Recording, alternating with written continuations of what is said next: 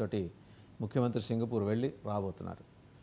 ఇప్పటివరకు అందిన సందేశం ఏంటంటే ఎకానమీ మినిస్టర్ యుఏఈ ఆయన అబ్దుల్లా బిన్ టౌక్ అల్ మరీ ఆయన ఏంటంటే ఇన్వెస్టోపియో సదస్సులో హామీ ఇచ్చారు. $50 బిలియన్ పెట్టుబడులు ఆంధ్రప్రదేశ్కి తీసుకొస్తామని. It's a good sign, welcoming sign. And అలాగే రేపు ముఖ్యమంత్రి సింగపూర్ వెళ్తున్నారు. ఆయన సింగపూర్ చేరుకున్న తర్వాత అక్కడి నుంచి మరిన్ని ఆకర్షణీయమైన పెట్టుబడులతో వెనక్కి రాబోతున్నారు. సో మొత్తానికి ఏంటంటే ఏడాది తర్వాత ట్రాక్ ఎక్కింది. ఇక ఈ అంశంతో పాటు ఇంకొక 2-3 లిక్కర్ స్కామ్ అంశం కూడా వీటి గురించి కూడా చర్చించడానికి మనతో ఉన్నారు నరేష్ ఇక్కుర్తి గారు, ఐటీ ప్రొఫెషనల్, అలాగే పొలిటికల్ అనలిస్ట్. నమస్తే నరేష్ ఇక్కుర్తి గారు. Good morning. సో మొత్తానికి ఏంటంటే మనకు గుడ్ సైన్ అబ్దుల్లా బిన్ టౌక్ అల్ మరీ ఆయనైతే హామీ ఇచ్చారు మాట్లాడుతూ ఇన్వెస్టోపియా సదస్సులో $50 billion. It's a very huge amount. ఒక అమరావతి ఏంటి మొత్తం ఆంధ్రప్రదేశ్ మొత్తానికి సరిపడా ఇచ్చారు ఆయన, అవునా కదా? అంటే మనం ఇక్కడ ఒకటి ఆలోచించుకోవాలండి. ఏ కంపెనీ అయినా, ఎనీ ఇన్వెస్టర్స్ అయినా ఎందుకు మన దగ్గర ఇన్వెస్ట్మెంట్ పెడుతున్నారు, వాళ్ళ దగ్గర ఉన్న మౌలిక సదుపాయం ఆంధ్రప్రదేశ్ గవర్నమెంట్ ఏ విధంగా మౌలిక సదుపాయాలు కల్పిస్తుంది, వాళ్ళు ఇక్కడ ఇన్వెస్ట్ చేయడానికి బెనిఫిట్స్ ఏంటి, అవన్నీ చూసుకుంటూ ఉంటారు.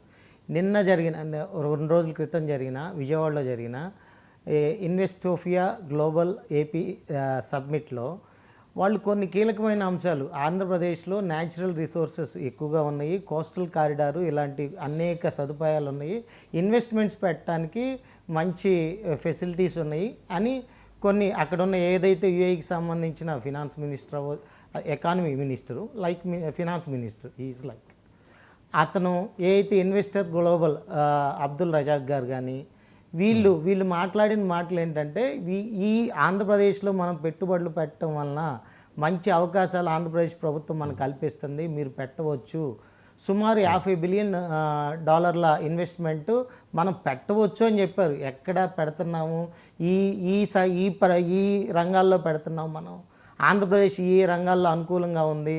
టూరిజం గురించి మాట్లాడారు ప్రత్యేకంగా. దుబాయ్ కూడా టూరిజంకి చాలా మంచి ప్లేసు. ఇండియా నుంచి సుమారు కొన్ని వేల మంది ప్రతి సంవత్సరం విజిట్ చేస్తూ ఉంటారు టూరిజంకి.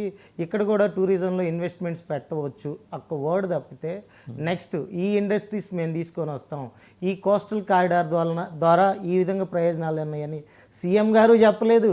సీఎం గారు ఎక్కడ పొగడ్తలకే సరిపోయింది. దుబాయ్ గవర్నమెంట్ ప్రశంసించడం, ప్రధాని మోడీ గారిని ఆకాశానికి ఎత్తేయటంతో సరిపోయింది. కానీ ఈ కంపెనీలు ఈ ప్లేసెస్లో ఇన్వెస్ట్మెంట్ పెడతాము, దానికి ఒక జాబితాను 1 సంవత్సర కాలంలో మేము చేస్తామని చెప్పలే. నెక్స్ట్ ఇయర్కి ఈ విధంగా ఇన్వెస్ట్మెంట్ చేయడానికి ముందుకు వచ్చారని మాత్రమే చెప్పారు. ఇది ఎలా ఉందంటే ఒక గాయకుడు రాజుగారి దగ్గరకు వచ్చి ఒక పాట పాడి రాజుగారిని మంత్రముగ్ధులను చేశాడు. దానికి ఆయన బాగా సంబరపడిపోయి ఏదో వరాలు ప్రకటించారు గాయకుడికి. అతను ఇంటికి వెళ్ళిన తర్వాత ఒక వారం చూశాడు, నెల చూశాడు, ఇంకా ఏంటి రాజుగారు భరణాలు కానీ వరాలు ఏం ప్రకటించి నీకు పంపించలేదని ఆలోచించి మళ్ళీ రాజుగారిని వెళ్ళి అడిగారు. రాజుగారు ఏం చెప్పారు దానికి, నువ్వు నీ పాటలతో నన్ను ఆనందపరిచావు, నేను నా మాటలతో నేను ఆనందపరిచాను, సరిపోయింది అన్నట్టే ఉంది. కానీ ఎక్కడ ప్రభుత్వం పారదర్శకంగా ఈ రంగాల్లో ఇన్వెస్ట్మెంట్స్ తీసుకొని వస్తాం, మేము ఈ విధంగా ఫెసిలిటీస్ కల్పిస్తాం, ఏ కంపెనీస్ వస్తాయి. ఇన్వెస్టోపియా గ్లోబల్ అనేది ఒక ఇన్వెస్ట్మెంట్స్కి ఒక మీడియేటర్ మాత్రమే. అది డైరెక్ట్గా వచ్చి మన దగ్గర ఇన్వెస్ట్మెంట్స్ ఏమీ పెట్టదు. అన్నీ మన హైదరాబాద్లో పెట్టినట్టే ఇంతకుముందు తెలంగాణలో కూడా వాళ్ళు ఒక సబ్మిట్ పెట్టారు. తెలంగాణలో ఎన్ని ఇన్వెస్ట్మెంట్స్ తీసుకొచ్చారు వాళ్ళు? 2023లో ఒక ఇన్వెస్టోపియా గ్లోబల్ అనే కంపెనీ ఇన్వెస్టర్స్ని తీసుకున్న ఇలాంటి సదస్సు పెట్టింది ఒకటి. మనం అది ఇంతవరకు ఒక కంపెనీని కూడా తీసుకొని రాలా. చంద్రబాబు నాయుడు గారు డైవర్షన్ పాలిటిక్స్ కోసమే ప్రయత్నిస్తూ ఉన్నారు. 2014 నుంచి 19 వరకు ఎన్ని కంపెనీలు తీసుకొచ్చారు, ఎంత డెవలప్మెంట్ అయింది అంటే ఏమీ డెవలప్మెంట్ జరగకుండానే ఆంధ్రప్రదేశ్లో అభివృద్ధి ముందుకు నడుస్తుందండి. 2014 నుంచి చూద్దాం. అంటే మీరు అన్న మాటతో నేను కాసేపు ఒప్పుకుని ఏం లేకుండా ఇన్నాళ్ళు 10 ఏళ్ళు గడిచిపోయింది. అంటే ఆల్రెడీ ఏమీ లేకుండా అని కాదండి, ఏమేం కంపెనీస్ తీసుకొచ్చారు, ఎన్ని ఇన్వెస్ట్మెంట్స్ అండ్ ఎవ్రీథింగ్ వాళ్ళు దే హావ్ ప్రొవైడెడ్ కదా గవర్నమెంట్. అసలు ఎక్కడ పబ్లిక్ డొమైన్లో ఈ డేటా లేదండి. అది తెలుగుదేశం గవర్నమెంట్ అవ్వచ్చు, వైఎస్ఆర్ కాంగ్రెస్ పార్టీ గవర్నమెంట్, వాళ్ళు కూడా చాలా ఇలాంటి ఇన్వెస్ట్మెంట్స్ వైజాగ్లో జరిపారు. ఒక ఇన్వెస్ట్మెంట్ మీట్ ఇన్ని లక్షల కోట్ల ఇన్వెస్ట్మెంట్స్ జరుగుతున్నాయి అని చెప్పారు. ఏమన్నా జరిగిందా? ప్రజలకి ఏమైనా ఉపాధి కల్పించగలిగారా? వాళ్ళకి ఉపాధి కావాలి, కొద్దిగా మంచి స్కిల్డ్ జాబ్స్ కావాలంటే హైదరాబాదో, ముంబైయో, ఢిల్లీయో, బెంగళూరు వెళ్ళాల్సి వస్తుంది. కానీ విజయవాడ కానీ వైజాగ్లో కానీ మంచి ఆరోగ్యకరమైన ప్యాకేజ్తో ఉన్న శాలరీస్ ప్రొవైడ్ చేయగలిగే ఉద్యోగాలు ఏమైనా కల్పించగలిగారా? ఏమంటే ఇప్పుడు మీరు చూశారు మొన్న ఈ మధ్యనే కూడా ఒక 2-3 MOUలు అయినాయి. వైజాగ్లో పెద్ద డేటా సెంటర్స్ రాబోతున్నాయి. ఉర్సా వాళ్ళు తీసుకొస్తున్నారు. ఆల్రెడీ వీళ్ళతోటి మన TCS తోటి అయింది. ఈ మంచి అంటే యూ కెనాట్ ఎక్స్పెక్ట్ అంటే అన్నప్రాసన రోజే ఆవకాయ కావాలని మీరు అనుకుంటున్నారు, అది జరగదు కదా. మీకు ఒక ఎగ్జాంపుల్ ఒకటి చెప్తానండి. 2005లో మహబూబ్ నగర్ జిల్లా జడ్చర్లలో అరబిందో ఫార్మా, ఎట్రో ఫార్మాకి రాజశేఖర రెడ్డి గవర్నమెంట్ ఆ రోజు ఎకరం 7 లక్షల చొప్పున 70 ఎకరాలు కేటాయించింది.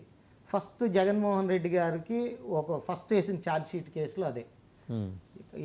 ఏపీ గవర్నమెంట్ రాజశేఖర రెడ్డి గారి గవర్నమెంట్ హెట్రో అండ్ అరబిందో ఫార్మాకి ఆ రోజు 14 లక్షల రూపాయల ఎకరం ఉన్న పొలాన్ని 7 లక్షల రూపాయలకు మాత్రమే చేయటం వలన వీళ్ళకి ఈ విధంగా బెనిఫిట్ జరిగి సాక్షిలో పెట్టుబడులు పెట్టారని ఫస్ట్ ఛార్జ్ షీట్ అదే. అదే TCSకి కొన్ని వేల కోట్ల రూపాయలు పెట్టుబడులు పెడతారన్న TCSకి మనం కేటాయించింది ₹1 మాత్రం భూమి కేటాయించింది. అంటే ఎంత డిఫరెన్స్ చూడండి. అంటే ఇంకొకటి కూడా చెప్తున్నారు, ఫిక్కీ సదస్సులో చంద్రబాబు నాయుడు గారు ప్రజలు భయపడతా ఉన్నారు, ఆ భూతాన్ని నేను రానివ్వను, ఆ భూతం జగన్మోహన్ రెడ్డి అనే భూతాన్ని నేను రానివ్వనని వాళ్ళకి నేను గ్యారంటీ ఇచ్చాను అని ఒక అభూత ఫాల్స్ నేరేషన్స్. తప్పే ఉందండి. ఆయన అన్నది జగన్మోహన్ రెడ్డి విధ్వంస అరాచక దౌర్జన్య దుర్మార్గపూరిత పాలన కారణంగా ఇండస్ట్రీస్ రాలేదు కదా, ఐదేళ్లలో. తప్పే ఉంది ఆయన అన్నదాంట్లో. ఇండస్ట్రీస్ రాలేదు, జగన్మోహన్ రెడ్డి అరాచకం చేశారు. అరాచకం ఏంటో ప్రజలకు చెప్పాలి కదా. ఈ అరాచకం చేశారు, వీళ్ళని బెదిరించారు, ఈ విధంగా పయ్యావులు కేశవ్ గారు ప్రెస్ మీట్ పెట్టి మరీ చూపించారు, మీరు గమనించలేదా?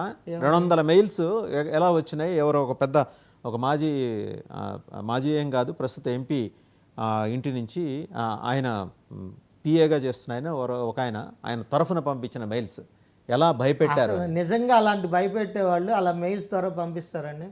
దొరికేటట్టు ఎవరైనా చేస్తారా? నిజంగా భయపెట్టాలి, ఇన్సైడర్గా ఏదో చేయాలి, కల్పించాలి అనుకున్న వాళ్ళు మెయిల్స్ ద్వారా పంపిస్తారా? మనం సాక్షాత్తు ఆల్రెడీ ఉన్న అల్ట్రాటెక్ జబ్బలమణి నియోజకవర్గంలో ఉన్న అల్ట్రాటెక్ కంపెనీ వాళ్ళు డైరెక్ట్ కోర్టుకు వెళ్ళారు. మమ్మల్ని ఇక్కడ ఉన్న ప్రజాప్రతినిధులు బెదిరిస్తున్నారు, లైక్ చెప్తున్నారు ఆ రోజు జమ్మలమడుగు ఎమ్మెల్యే, ఇప్పుడు జమ్మలమడుగు ఎమ్మెల్యేగా ఉన్న ఆదినారాయణ రెడ్డి గారి వ్యక్తులు మమ్మల్ని బెదిరిస్తున్నారు, ఇక్కడ మమ్మల్ని ఫ్యాక్టరీని రన్ చేయించే పరిస్థితులు కల్పించట్లేదని చెప్పారు. పల్నాడు ప్రాంతంలో ఒక సిమెంట్ కంపెనీ 3 నెలలు మూతపడింది, పవర్ సప్లై ఇవ్వకుండా ఎన్ని విధాలుగా వేధించారు.